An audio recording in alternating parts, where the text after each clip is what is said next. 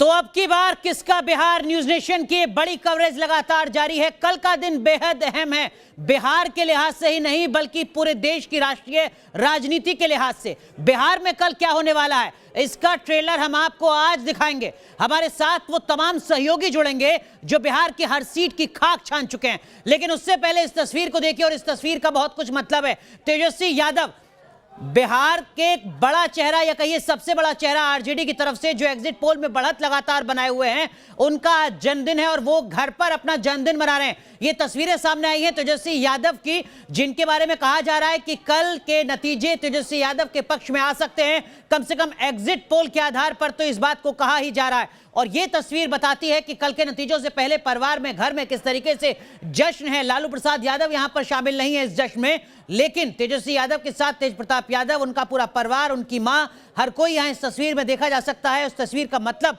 आने वाले वक्त के लिहाज से बहुत कुछ निकाला जा रहा है। तेजस्वी यादव अगर जीतते हैं तो उस जीतने के पीछे की वजह क्या है, तेजस्वी यादव की रणनीति के अलावा, और वो कौन से कारण हैं जो तेजस्वी यादव की जीत पर मोहर लगा सकते हैं, ये भी हम आपको लगातार दिखा रहे हैं। साथ ही साथ ऐसा क्या कुछ हो सकता है जो एनडीए के पक्ष में हो, नीतीश कुमार के पक्ष में हो, ये भी हम आपको बताएंगे। लेकिन उससे पहले तीन तस्वीरें आपके सामने। बिहार में आज आरजेडी के कार्यकर्ता तेजस्वी यादव का जन्मदिन मना रहे हैं। तीन अलग अलग तस्वीरें हम आपको दिखा रहे हैं।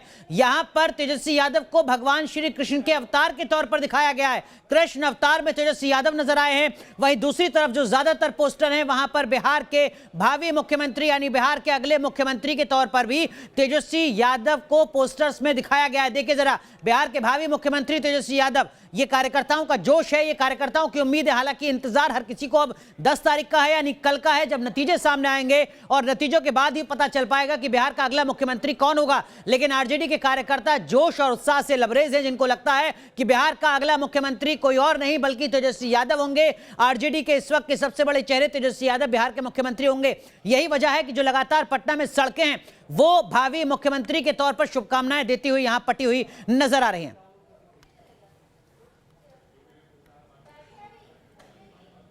बिहार चुनाव का कल आना है परिणाम, और बिहार में बढ़ी हुई है राजनीतिक तपिश, और इस बीच तेजस्वी यादव का आज है जन्मदिन। ऐसे में पटना पोस्टर से पटा है।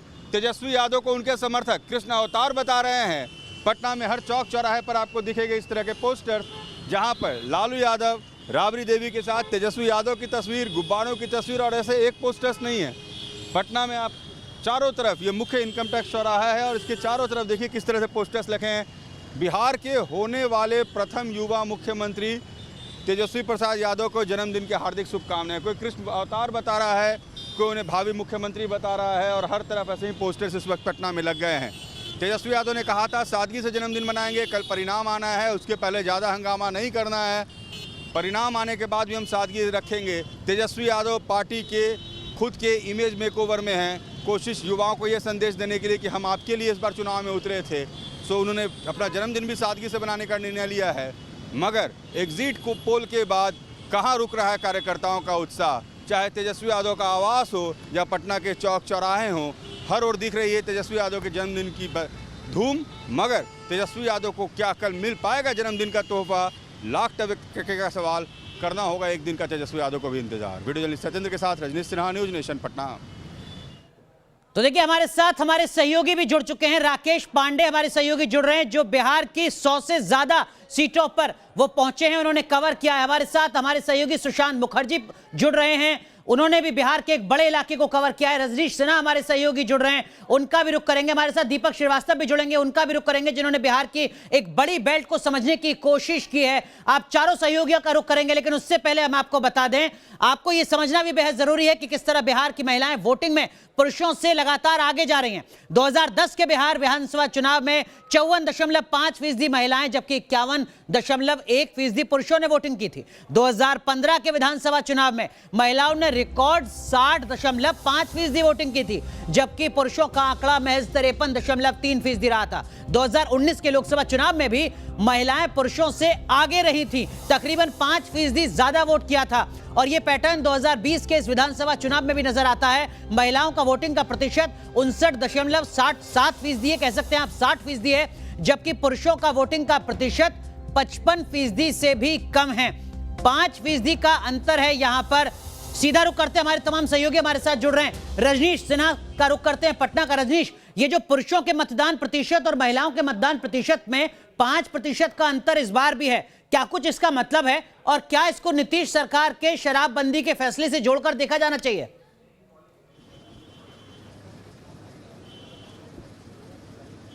अनुराग, ये जो डिफरेंस है सेकंड फेज और थर्ड फेज दोनों फेज में देखा गया कि 5% का वोट का अंतर था पुरुष मतदाता और महिला मतदाता में। अब जो बिहार में MY समीकरण की बात होती रही, अब ये नया MY समीकरण है जिसमें M से महिला और Y से युवा।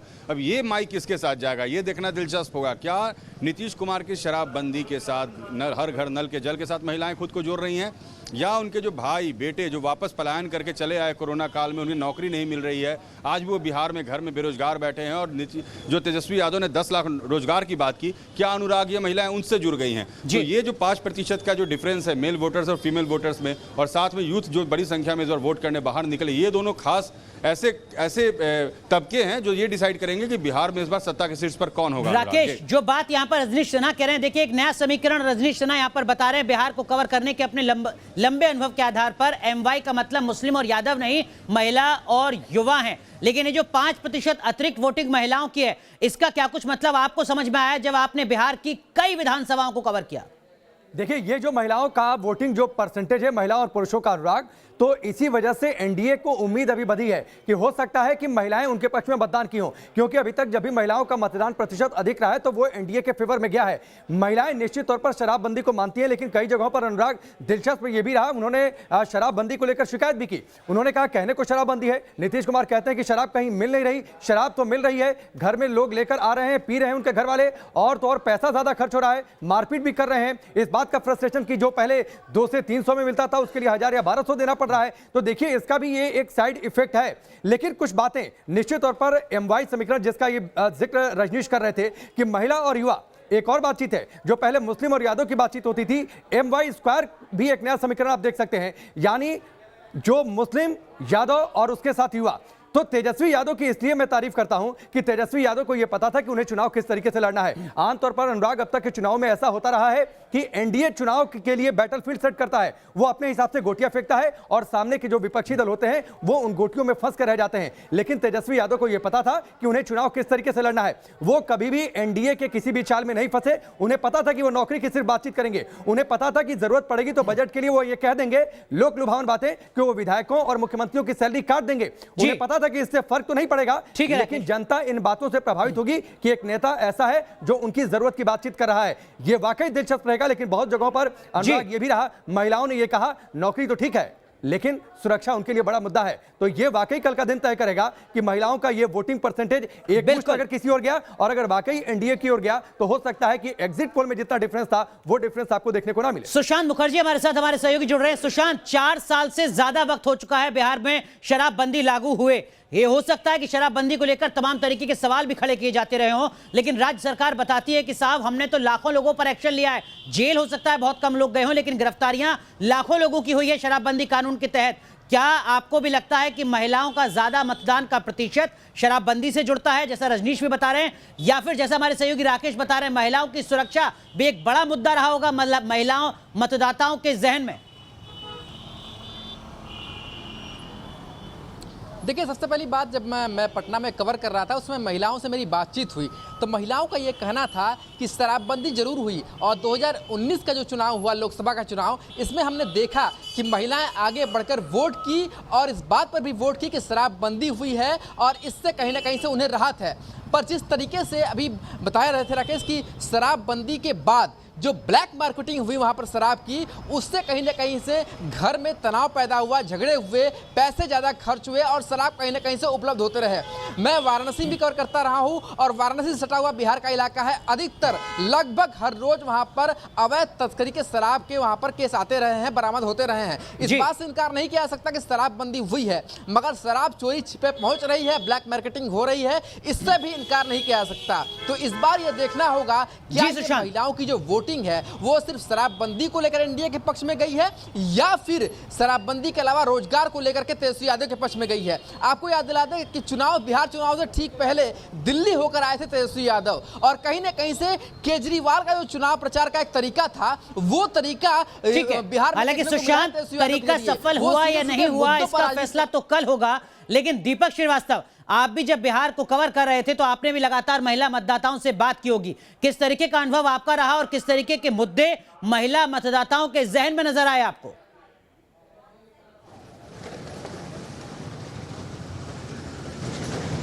देखिए अनुराग, हम उस इलाके में गए थे जहां पे बिहार में सबसे ज्यादा बाढ़ की समस्या होती है, जहां पे सबसे ज्यादा गरीबी है, भूखमरी सबसे ज्यादा है, मुसहर प्रजाति के लोग सबसे ज्यादा रहते हैं। और वहां पे सीधी तौर पे कहना है कि 15 साल इन्होंने नीतीश सरकार को देखा है, लेकिन जो वादे किए गए थे इस सरकार में, इस चुनाव में जो बातें की जा रही थी वो कभी पूरी नहीं हो पाई है और ना होने वाली हैं। इनको सीधे तौर पर नाउम्मीदी नजर आई नीतीश कुमार से और प्रधानमंत्री नरेंद्र मोदी की बातों से भी। सीधे तौर पर इनका कहना है कि हर साल बाढ़ के पानी में डूबते हैं, लाखों लोग प्रभावित होते हैं, लेकिन ठोस योजना कुछ भी नहीं बनती है, राहत पैकेज सिर्फ घोषित होते हैं, जमीनी रूप से इनको कुछ मिलता नहीं है। सबसे बड़ी यहाँ पे जो दिक्कत है बेरोजगारी की दिक्कत है। मुंबई से या फिर दूसरे शहरों से जो लॉकडाउन के दौरान पलायन करके घरों पे आए, पैदल चल के आए, अधिकतर इन्हीं इलाकों के लोग थे जिनके पास एक एक रुपए का संकट हो गया था इस लॉकडाउन के दौरान।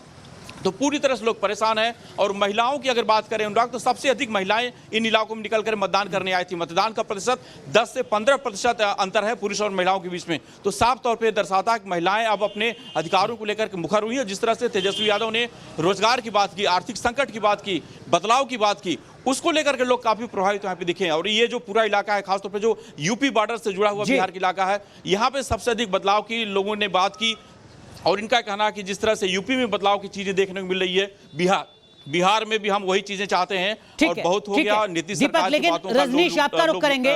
रजनीश, महिलाओं का पुरुषों के मुकाबले ज्यादा वोट डालना 2014, 2015, 2019 में भी दिखा बिहार में, और इसीलिए कहा जा रहा है कि इसका सीधा फायदा एनडीए को होता है, नीतीश कुमार को होता है या फिर बीजेपी को होता है। लेकिन क्या 2020 में भी यही फॉर्मूला लागू होता नजर आता है आपको महिला मतदाताओं के संदर्भ में, या कुछ और मुद्दे भी हो सकते हैं जब आप महिला वोटर से बात कर रहे थे जो उनके जहन में रहे हों?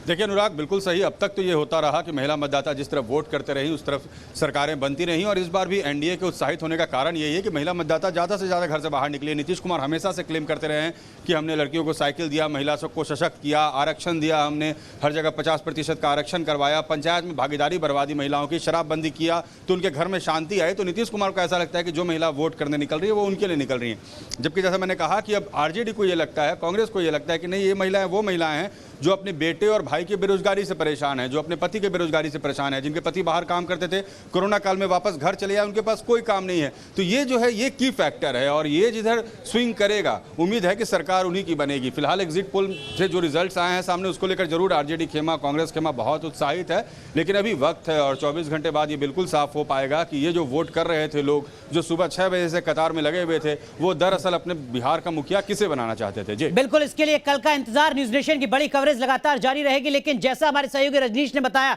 कि देखिए बिहार में अब तक एमवाई का मतलब मुस्लिम यादव वोटर होता था, लेकिन अब वो एमआई समीकरण यहां पर बदल रहा है। हम आपको जरा ग्राफिक्स के जरिए भी समझाएंगे और हमारे साथ खास मेहमान भी जुड़ेंगे, उनसे भी बात करने की कोशिश करेंगे। लेकिन क्या बिहार में महिला वोट से जो बाजी है वो पलटी जा सकती है, इसको समझना बेहद जरूरी है। एमवाई प्लस वाई फैक्टर से क्या तेजस्वी भारी होंगे? एमवाई मतलब महिला, युवा और यादव जो उनका ट्रेडिशनल वोटर माना जाता है वो, या फिर मुस्लिम, यादव और यूथ? यहां पर ये जो एमवाई फैक्टर है तेजस्वी यादव के लिए, इसका मतलब क्या है? नीतीश कुमार की कुर्सी कैसे बच सकती है एमएम फैक्टर के लिहाज से? ये भी हम आपको बता दें जरा। देखिए, हम महिलाओं की बात सबसे ज्यादा इसलिए कर रहे हैं क्योंकि महिलाएं बिहार में सबसे आगे निकली हैं वोट डालने के लिए, और नीतीश का एमएम फैक्टर है महिला और महादलित, जो लगातार नीतीश कुमार के साथ रहा है वोटर के तौर पर। क्या 2020 के विधानसभा चुनाव में भी वो नीतीश सरकार को एक बड़ी राहत के तौर पर नजर आएंगे? बड़ी कवरेज न्यूज नेशन की लगातार जारी है। अब की बार किसका बिहार? न्यूज नेशन के बड़ी कवरेज लगातार जारी है। देखिए, एग्जिट पोल के नतीजे सामने आ चुके हैं। रुझान में तेजस्वी यादव बढ़त बनाए हुए हैं, लेकिन हर किसी को इंतजार कल का है। कल नतीजे आएंगे और जो नतीजे आएंगे उसी के बाद पता चलेगा कि तेजस्वी यादव का राजनीतिक भविष्य क्या है या नीतीश कुमार का राजनीतिक भविष्य क्या कुछ होने जा रहा है। बड़ी कवरेज हमारी लगातार जारी है। कल भी सुबह 6 बजे से न्यूज नेशन हर सीट के नतीजे सबसे पहले आपको बताएगा। हमारे साथ खास मेहमान जुड़ रहे हैं, अखिलेश सिंह जुड़ रहे हैं, आप बीजेपी के प्रवक्ता हैं, असित नाथ साहब जुड़ रहे हैं, आप कांग्रेस पार्टी के प्रवक्ता हैं, और चितरंजन जी जुड़ रहे हैं, आप आरजेडी के प्रवक्ता हैं। हमारे तमाम सहयोगी राकेश पांडे, सुशांत मुखर्जी, रजनीश सिन्हा और दीपक श्रीवास्तव भी हमारे साथ बने हुए हैं। लेकिन उससे पहले आप देखिए जरा तेजस्वी का जो एमवाई फैक्टर है वो हम आपको दिखा रहे थे। एम का मतलब मुस्लिम, वाई का मतलब यादव और वाई का मतलब यूथ। क्या तेजस्वी यादव अगर बढ़त बनाते हैं तो ये MYY फैक्टर ही उनके लिए कारगर साबित होने जा रहा है, या फिर अगर नीतीश की जीत की उम्मीद यहां पर बीजेपी या जेडीयू को नजर आती है तो उसके पीछे का फैक्टर क्या है वो भी हम आपको बताते हैं। क्या MM फैक्टर यानी महिला और महादलित फैक्टर अहम भूमिका निभा सकता है जेडीयू के एक बार फिर बिहार में वापसी के मद्देनजर? तमाम खास मेहमानों से समझने की कोशिश करते हैं। अखिलेश सिंह जी, सबसे पहला सवाल आपसे ही सर, बीजेपी या जेडीयू या कहिए एनडीए के पक्ष में कौन सा फैक्टर आपको जाता हुआ नजर आता है तब जबकि रुझान में तेजस्वी यादव फिलहाल आगे चल रहे हैं? देखिए, परिणाम का इंतजार कीजिए। हमारे पास एक सबसे बड़ा फैक्टर है, वो है विकास फैक्टर। हम विकास फैक्टर पर ही चुनाव लड़े हैं। और जिस प्रकार से बिहार के का जो सामान्य वर्ग था और जिस बिहार का जो गरीब वर्ग था, जो महिलाएं थी, जो बिहार के अंदर एक कहा जाता है कि पचफोनिया वोटर, पचफोरना जिसको कहा जाता है, जो बोलेगा नहीं लेकिन वोट करेगा। लोकसभा चुनाव में भी इसी प्रकार कई जगह लोग हरा रहे थे, जिता रहे थे, और जब परिणाम आया तो 3-3 लाख 4-4 लाख से हम जीते थे। तो अखिलेश जी, बात तो वही हुई जो न्यूज नेशन यहाँ पर कह रहा है। MM फैक्टर, महिला और महादलित, उन्हीं का जिक्र तो आप कर रहे हैं विकास का नाम लेकर। बिल्कुल, विकास का नाम लेकर के हम वो भी कर रहे हैं, लेकिन इसमें और मैं जोड़ रहा हूँ। जैसे गांव के अंदर जो पचफोरना वोटर जिसको कहा जाता है, हजाम है, नुनिया है, ततवा है, गोड़ है, इन सब समाज के लोग हैं जिनको आवाज दिया नीतीश कुमार जी ने, जिनको सत्ता में हिस्सेदारी दी नीतीश कुमार जी ने, जिनको नौकरी में हिस्सेदारी दी नीतीश कुमार जी ने, ऐसे सारे वोटर हमको वोट किए हैं। मैं समझता हूं कि परिणाम का इंतजार करना चाहिए।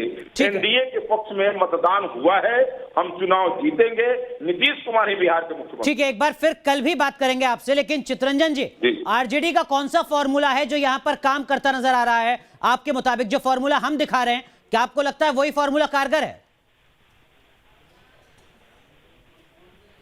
का वोट मिला है, चाहे पुरुष हो, महिला हो, सवर्ण हो, पिछड़ा हो, अति पिछड़ा हो, दलित हो, महादलित हो, क्योंकि जिन मुद्दों को लेकर हम चुनाव में गए थे, बेरोजगारी, बिहार की तबाही, शिक्षा, स्वास्थ्य, विकास का कागजी दावे, हर जाति, हर समाज, हर समुदाय, हर वर्ग के लोग उससे प्रभावित है।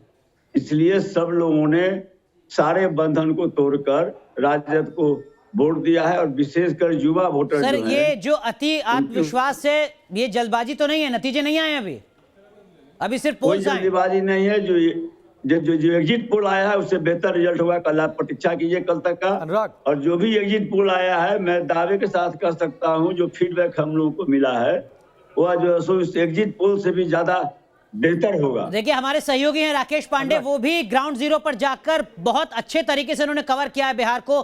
कुछ फीडबैक उनके पास भी है आपके लिए। राकेश। चित्ररंजन जी से अनुराग, मेरा एक सवाल था। चलिए, उत्साह अच्छी बात है और शुभकामनाएं, उनको जीत हासिल मिले।